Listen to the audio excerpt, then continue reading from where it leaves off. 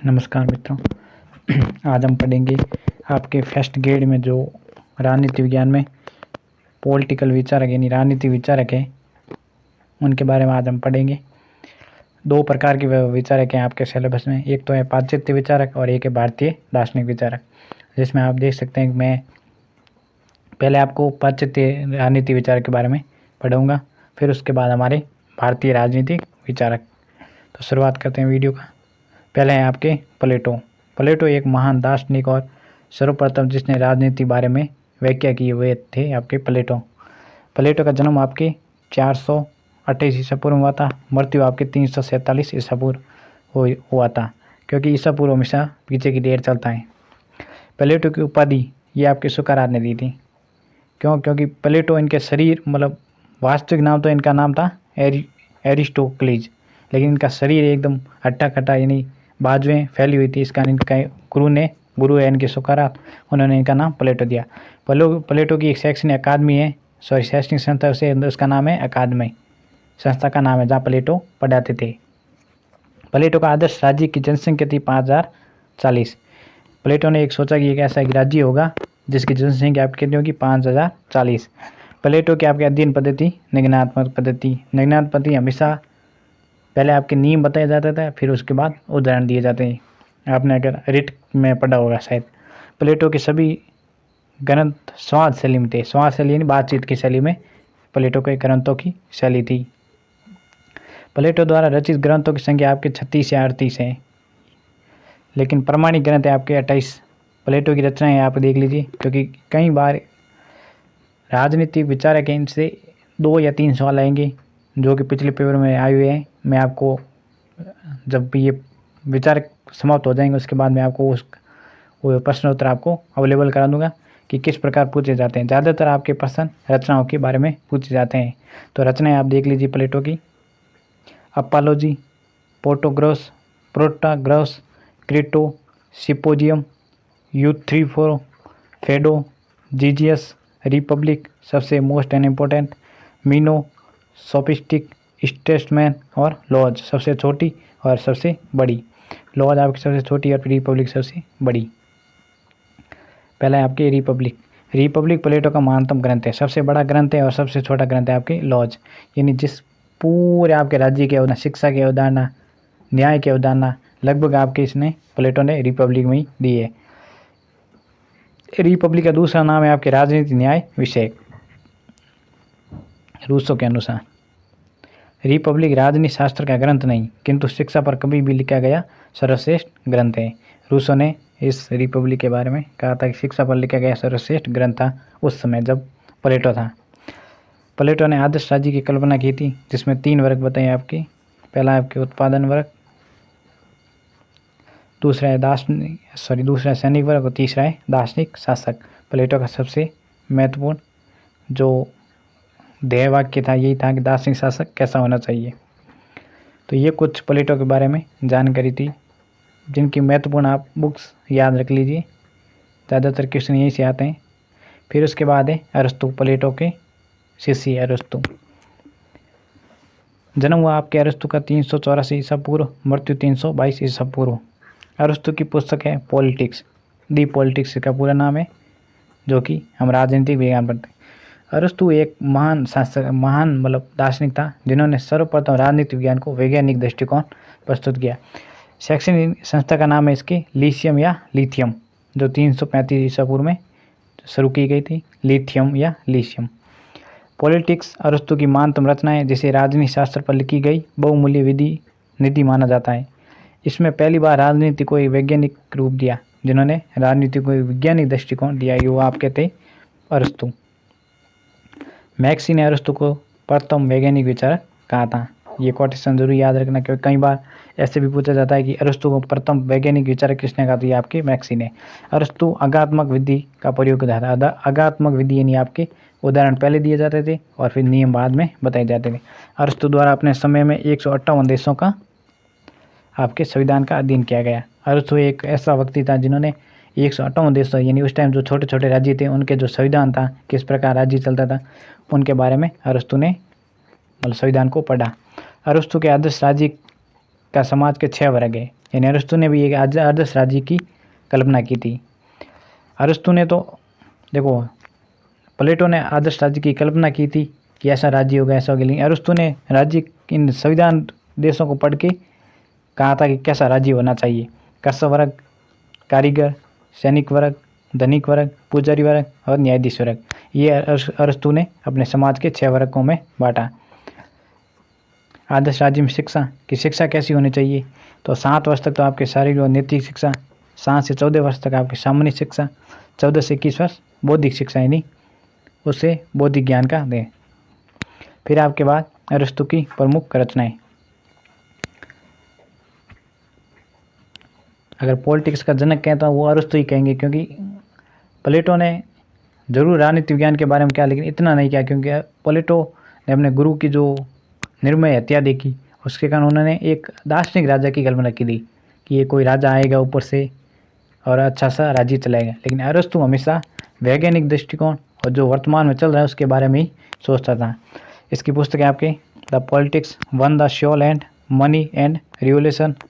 फिर है topics metaphysics, on memory, on the cell, physics, poetics, history of animals, Nicomachean ethics और पेरिपोइकेस। इसमें इम्पोर्टेंट आपके ये पॉलिटिक्स ही है, राजनीति विज्ञान। ये थे आपके अरस्तु के बारे में सामान्य जानकारी। ज़रूर आप, क्योंकि मैं इस वीडियो में ज़्यादातर आपको बुक्स ही जो इम्पोर्टेंट है उनके बारे में ही बताऊंगा, या उनके कुछ महत्वपूर्ण जो सिद्धांत है उनके बारे में। फिर आपके मैकियावेली, पूरा नाम है इसका निकोलो मैकियावेली। जन्म है 3 मई 1469, मृत्यु 1527, क्योंकि ये ईस्वी में जन्मे थे। मैक्सी ने मैकियावेली को सबसे पहला आधुनिक राजनीति चिंतन कहकर पुकारा था। किसने कहा? आपके मैक्सी ने। डनिंग के अनुसार प्रिंस सबसे पहली महान रचना है। ये प्रिंस आपके मैकियावेली की प्रसिद्ध रचना है, जिसमें मध्य युगीन चिंतन प्रणाली को परित्याग किया है। मैकियावेली की प्रमुख रचनाएं देख लीजिए। द प्रिंस सबसे इम्पोर्टेंट है, जिस प्रकार प्लेटो की रिपब्लिक, अरस्तु की पॉलिटिक्स, उसी प्रकार मैकियावेली की the prince. The prince Lorenzo को संबोधित किया गया है, जो कि अविनो का ड्यूक था। ये एक राज्य है अविनो, उसका मतलब ड्यूक, यानी जैसे मान लो प्रधानमंत्री या कोई उच्च पद पे था। 1513 ईस्वी में लिखा गया था, किंतु इसका प्रकाशन उसके निधन के 5 वर्ष बाद 1532 ईस्वी में हुआ था, द प्रिंस का। फिर इसकी एक अन्य बुक्स हैं, देख लीजिए। History of Florence, the golden age, the discourse on Levi, मृत्यु के बाद प्रकाशित हुई। द हिस्ट्री, ये भी मृत्यु के बाद प्रकाशित हुई। द आर्ट ऑफ वार, ये आपके मैकियावेली की पुस्तक है। द प्रिंस के 26 अध्याय और 3 भाग है। राजतंत्र का वर्णन, भाड़े के सैनिक और राष्ट्रीय सेना का वर्णन, राजनीति विचारों की व्याख्या, ये प्रिंस में वर्णन किया गया। अरस्तु के बाद राजनीति में अनुभवी मूलक पद्धति अपनाने वाला प्रथम विचारक, ये आपके सेवाई ने कहा था। और डनी के अनुसार मैकियावेली अपने युग का शिशु कहा जाता है, क्योंकि जब मैकियावेली का जन्म हुआ था उस टाइम पुण्य जागरण का उदय हुआ था। जिस प्रकार हमारे पुण्य जागरण के राजदूत के रूप में जाने जाते हैं आपके राजा राम मोहन राय, उसी प्रकार जो पाश्चात्य संस्कृति में उसमें आपके मैकियावेली को पुण्य जागरण का शिशु कहा जाता है। फिर आपके थॉमस हॉब्स, जन्म हुआ इनके 1588 ब्रिटेन में, मृत्यु 1679 में। प्रसिद्ध कथन है ज्ञान का अंत शक्ति है, ये इनका एक प्रसिद्ध कथन है। ऑक्सफोर्ड ने हॉब्स की लेविथन को अंग्रेजी साहित्य का श्रेष्ठ ग्रंथ माना था। इनकी पुस्तक का नाम है आपके लेवियथन। मैक्सी के अनुसार अंग्रेजी भाषा भाषियों में जितने भी राजनीतिक दर्शन के लेखकों को जन्म दिया, उन सभी में कदाचित हॉब्स महानतम है। अब हॉब्स की रचनाएं देख लीजिए। प्रसिद्ध रचना उनकी है लेविथन, जो 1651 में आई थी। फिर है De Cive 1642, De Corpore 1655, elements of law, ये आपके 1650, डी होमिने 1659। हॉब्स की अध्ययन पद्धति आपके वैज्ञानिक भौतिकवाद। हॉब्स के मानव संबंधी विचार, मानव प्रतव इकाई एकांकी, अणुवादी, सुखवादी, स्वार्थी एवं झगड़ालू कपटी है। ये हॉब्स के विचार है कि भाई मानव इस प्रकार होता है कि एक पृथक इकाई एकांकी भी हो सकता है, अणुवादी, सुखवादी भी होता है, स्वार्थी होता है, झगड़ालू होता है, कपटी होता है। इसलिए उन्होंने कहा कि स्वयं को पढ़ो, ये उनका प्रसिद्ध कथन है। अभी कई बार पूछ सकते हैं कि रीड ऑफ द सेल्फ, ये किसका प्रसिद्ध कथन है? दिया आपके जॉन हॉब्स का, थॉमस हॉब्स का। फिर हॉब्स की बुक्स के बारे में कि सर्व विष से पूर्ण लेविथन ऐसी है, ये आपके वाइट एल ने कहा, यानी लेविथन बुक की बुराई की है। कोलरेडे ने लेविथन पुस्तक को जला दिया है। वर्तमान में ये पुस्तक अभी अवेलेबल नहीं है क्योंकि कोलरेडे ने इसको जला दिया था और कहा था कि लेविथन ब्रिटेन को नाश करने वाली एक पुस्तक है, क्योंकि इस पुस्तक में पता नहीं ऐसा कुछ लिखा हुआ था जो कहते हैं कि मतलब गृह युद्ध जैसी स्थिति हो जाती थी। कुछ इसकी बुरे भी करते थे और कुछ इस लेविथन की प्रशंसा भी करते थे। हॉब्स ने राज्य के लिए 2 शब्दों का प्रयोग किया, आपके लेविथन और कॉमनवेल्थ। ये इनके 2 राज्यों का वर्णन किया है कि राज्य के नाम ये हैं, मतलब उन्होंने राज्य का नाम नया देके अपने पुस्तक में लेविथन या कॉमनवेल्थ का। फिर हॉब्स के व्यक्तिवादिक विचारक कि राज्य साधन है, मानव साध्य है, यानी राज्य तो साधन है और मानव उसका साध्य नहीं।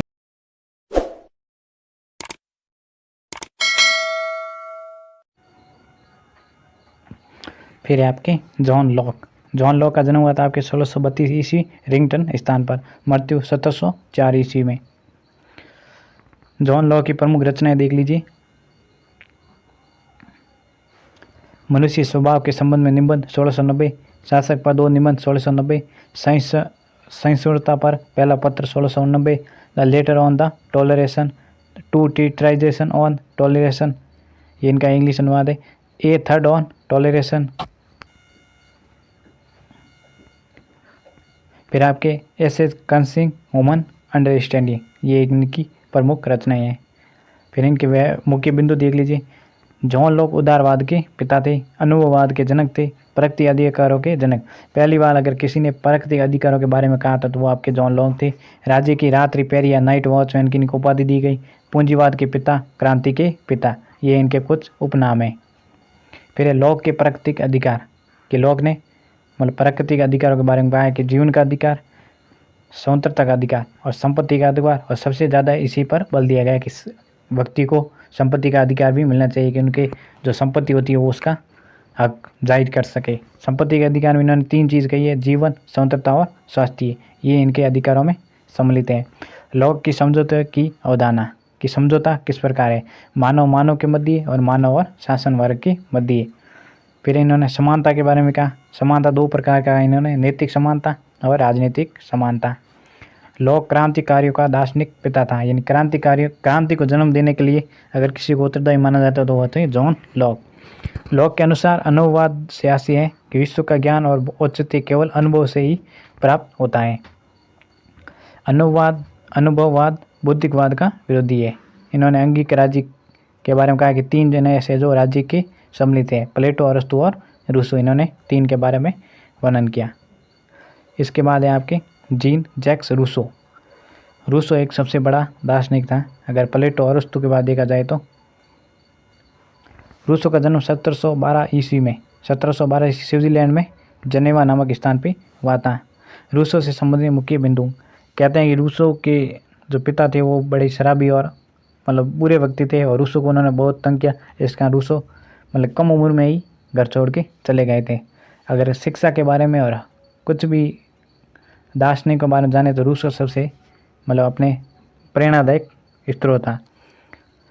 रूसो से संबंधित मुख्य बिंदु सबसे बड़ा मानवतावादी, सबसे बड़ा व्यक्तिवादी, यानी अगर भारत देश में जितने भी जैसे क्रांतिकारी हुए तो उनमें से उन्होंने जो प्रेरणा ली विदेशों में जाके तो उनमें रूसो का नाम भी एक सम्मिलित है कि रूसो की पुस्तकें भी पढ़ के उन्होंने क्रांति की मतलब लहर जगी। सर्वाधिकार का पिता, फ्रांस की क्रांति का प्रेरणा स्रोत। रूसो ने सरकार को मजिस्ट्रेट की संज्ञा दी। रूसो की प्रमुख रचनाएं देख लीजिए। The progress of sciences and arts, the origins of inequality among man, discourse on political economy, the new have laws, the social contracts, the Emile, ये शिक्षा पे लिखा गया है। The Emile condition on the government of Poland और the confession, ये इनकी पुस्तकें। कई बार भी आप सवाल यहाँ से पूछ सकते हैं, इसलिए पुस्तकें जरूर याद रखें। रूसो का सामाजिक समझौता सिद्धांत दिया था सामाजिक समझौते का कि रूसो ने सामाजिक समझौता ने मानव को प्राथमिकता दी है और समझौते के बाद उसमें एक अंगिक और नैतिक राज्य बनाया। आधुनिक युग में पहली बार राज्य को नैतिक संस्था कहा, किसने कहा? आपके रूसो ने। रूसो की कृति बैक टू नेचर यानी प्रकृति की ओर लौटो में कहा है कि तर्क, विज्ञान और बुद्धि ने मानव को भ्रष्ट कर दिया है। फिर रूसो के अनुसार मानव स्वभाव से अच्छा है, पर सारी बुराइयां मानव समाज द्वारा ही उत्पन्न होती है। कि मानव स्वभाव से तो अच्छा है, लेकिन अगर उसमें बुराई आती है तो कैसे आती है? समाज से, यानी समाज की इन्होंने बुराई की है। रूसो ने एमिल कृति में एक एमिल नामक काल्पनिक बालक को शिक्षा देने की प्रक्रिया का वर्णन किया है। ये इनकी शिक्षा के बारे में मतलब विचार है जो कि इन्होंने अपनी पुस्तक एमिल में दिया। स्त्री शिक्षा संबंधी अवधारणा पर विचार दिया, परंतु महिला शिक्षा का समर्थन नहीं किया। इन्होंने शिक्षा मतलब स्त्री शिक्षा के बारे में तो जरूर कहा, लेकिन इन्होंने महिला शिक्षा के बारे में समर्थन नहीं किया। इन्होंने कहा कि महिलाओं का सिर्फ काम यही है कि वो घर का काम करे और घर में ही रहे, इनका ये समर्थन था। लेकिन फिर भी इन्होंने स्त्री शिक्षा का कहीं पर मतलब अपनी अवधारणा प्रस्तुत की। वोल्टेयर ने रूसो की नीम हकीम, जंगली उल्लू और कुतिया की दुगली संतान कहा है। इन्होंने वोल्टेयर ने रूसो की बुराई की है कि रूसो तो एक नीम हकीम, जंगली उल्लू की तरह कुतिया की दुगली संतान कहा है, किसको? रूसो को। तो ये थे आपके कुछ राजनीति विचारक। 3 या 4 और राजनीति विचारक है, जिसमें आपके कॉल मार्क्स इसमें इम्पोर्टेंट है, बेंथम है। ये कुछ हैं जो बाकी रह गए, जो आपको अगले वीडियो में मिल जाएंगे। आज के लिए धन्यवाद।